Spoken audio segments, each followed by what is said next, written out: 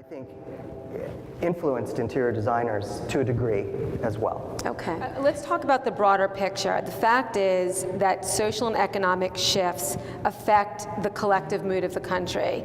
And the economic situation of the past few years absolutely affects color choices. What we kind of notice is that many of our younger clients are in this economic climate that we're talking about, are much more apt to want something more uplifting. They need something that's optimistic. They really are. They're looking at much more color. We were talking again the other day in the office, and somebody said, "Oh, because we're colorists," and I'm like, I never considered that my interior design work is part of the color generation. I always thought, oh my God, I'm neutral. But in reality, the last few years, most of the projects that we've been working on, people want color. They do not want the neutrals. They do not want yesterday's taupes and gray beiges. They're really looking for happiness and cheerfulness. That being said, a lot of our more established clients, another generation, even clients that have come back to me over the years, they like the status quo. Right. They like the feeling that, okay, let's just pretend everything is hunky-dory. Living in a bubble can be good sometimes.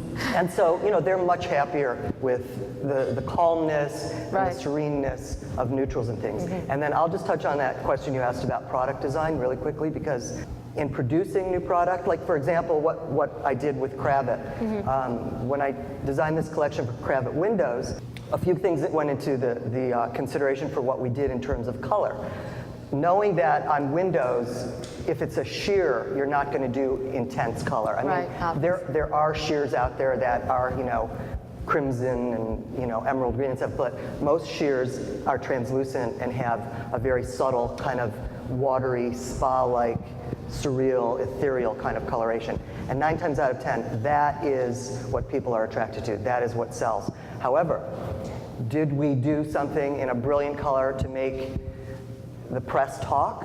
Yes, because you have to have that balance. It's the attraction, and it's what people are going to actually be attracted to get them in to see the more neutral thing. Okay, Nick, talk to fashion, and it seems like there's been a lot of bright, colors on the runway. Give us your perspective in terms of, how the economic situation, it's really impacted fashion. Yeah. It's impacted all of us, let's face it, but, It definitely has. I think a combination of the recession, the economic situation, the ongoing wars. Just a couple years ago, you could look at all the collections and it was just sad. A lot of black, and coming from designers that you would normally not see so much black and grayish.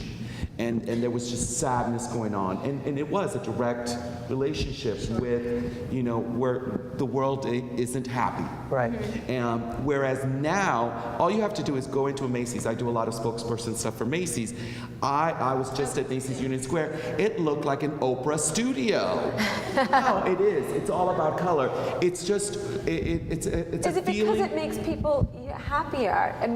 We're slowly trying to come out of the recession. We're trying to now send a more positive message, and so right now it is a lot about color. And just in the last couple seasons, clients have been a little more welcoming of it because they are so tired of seeing so much black, so much gray.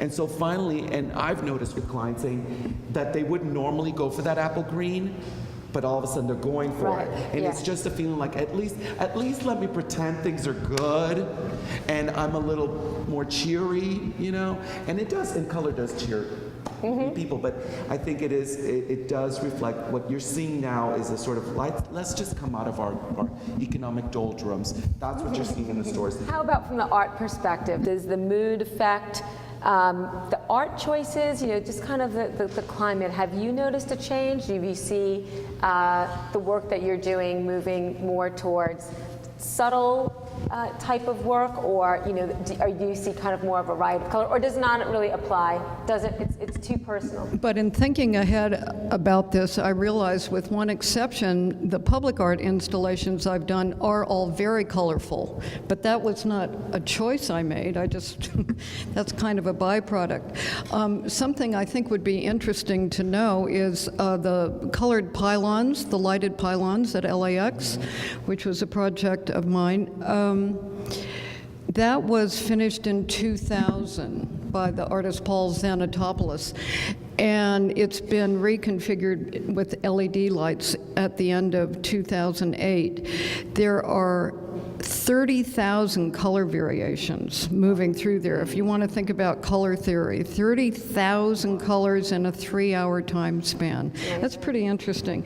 And if you ever take a moment and actually look at these as they course up Century Boulevard and around Sepulveda, I mean, it's really fantastic. I mean, that to me, for public art, is about as good as it gets. But I've done some other cool things too. I mean, I guess like Wilshire in Vermont, the corner of Wilshire in Vermont, and the color blast on the two ends of those buildings. That colorful piece that April Greiman did there just illuminates the whole neighborhood. It just gives a whole new, life, I would say, to the neighborhood. Do you choose the color palette based on the art, or do you choose the art based on the color palette of the home? Typically, we kind of let the art be the background and let the furniture be on its own. And again, most of the interior design that we do are probably more in the neutral range because that's what people like for longevity. Their artwork can rotate, and that can be the really intense, pungent color, spots of color.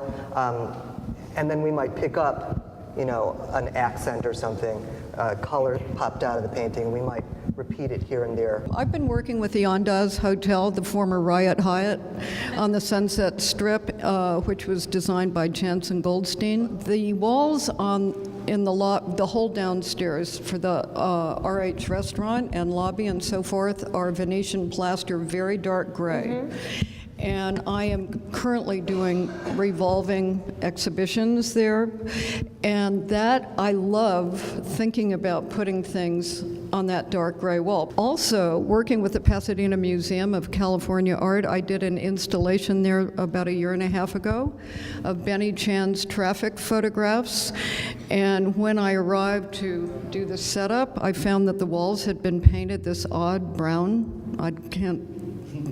I can't say exactly what the shade of brown was. I thought, it was fantastic. Yeah. It was absolutely fantastic. It was a whole other way of looking at the work, and it was a whole different way of being in the room, and then all the signage was done in police tape yellow. Nick, in fashion, you have to move merchandise quickly. I'm going to direct this to Nick from a fashion perspective and Michael. Are you thinking about the collection and what's going to sell? And are there certain colors that you feel sell? You have to think, it's a business. Right. Fashion is a business. Sometimes it is a geographical thing, a local thing. Yes. But we do, and I do think, I know when I'm making the collections, when we're designing, making them, I know this is going to be great for Miami. Isn't it For that fascinating? market. I mean, This this is was. going to be great, and I make sure to try and hit the geographical. What is about that? Is it the quality? I mean, this It's kind of. so- I'm wrapping into my next question, but let's just dive into it. What is that? Is that the quality of light? What is it? Why is It's California so good funny. for wine? It's funny that you're bringing up Miami because we have a joke in the office too. When we have furniture showrooms all over the country, and we have one in Miami, and not so much lately, but usually you can go through the furniture factory and you can point out, without even looking at the purchase order or anything, where this furniture is going to be shipped to. And inevitably, we're like, that's going to Miami. When you think of New York, you think of black. Yeah. When you think of San Francisco is a mini Manhattan. So you have Pacific Heights, you have, you just think a little more old school. I grew up in Bay Area, so all I remember is iMagnet, J Magnet, Wilkes-Barre. It's old school, it's old money, is black. Maybe they'll throw on a red St. John jacket, Does this limit creativity? The Or color. is it just part of the business? Not really. It's just Yeah. part of the business. Yeah, it's a business. You can be creative, but you have to, at the end of the day, you have to realize you've got to sell something. Absolutely. You're You know, you designing a have to- product to sell instead of sitting on a shelf, Right. waiting for that one person who comes along and wants, aquamarine. You have to be practical about Right, it. you So have you're- to be. Well, when I came back from Maison, I was so, influenced by fashion mostly, not by Right. anything else. And it was coral and lavender, and it was everywhere. And I thought, okay, I'm going to fall. I'm going to actually use that influence. I'm going to put it on the furniture in the showroom. And lo and behold, that is what people are attracted to. When they walk into the showroom, the first thing they go to is that lavender and coral colored sofa. They don't want it in their house. They want the sofa, not the fabric. But I'm saying, but that's what they're attracted to. How much Coax do you have to them. coax them, and how do you get them to maybe take a risk with color? Well, what we do, which works really, really well. So generally what we do is we have a conference table in our studio, and we do these beautiful white trays. And on each tray, we give them 2 options. If you give them more than 2 options, forget it. Confusion reigns. Yeah, it's confusion, especially for somebody who's indecisive to begin with. So with each one of these trays, they can walk around the table and they can see color and how it's being used. Because we put all the materials together, including the flooring, the walls, the paint, every tactile piece of material we can find. And if we're pushing, plum and, evergreen, we put it on the board, and they can see how in each room going around the house, on each tray, there's a continuity and a thread. And then they're like, okay, I can get that because I can see where it makes sense. We used a touch of it in the living room, we're using it on the chairs in the dining room, and then we don't repeat it again until we see it in a guest bedroom. But there's a continuity and a thread, and that influences people in our studio, in our realm anyway, to take a risk with something that they may not have generally thought of. What we discovered today is that color is really so important when it comes to interior design, art, and fashion, but it really transcends those areas. And color choices can be quite revealing. And although trends exist, as I have mentioned, it really comes down to knowing who you are, what you're attracted to, and that's really what you should do, whether it's with your art, your fashion, or your home. And I thank our panelists so much for their insights, and thanks everyone for coming out.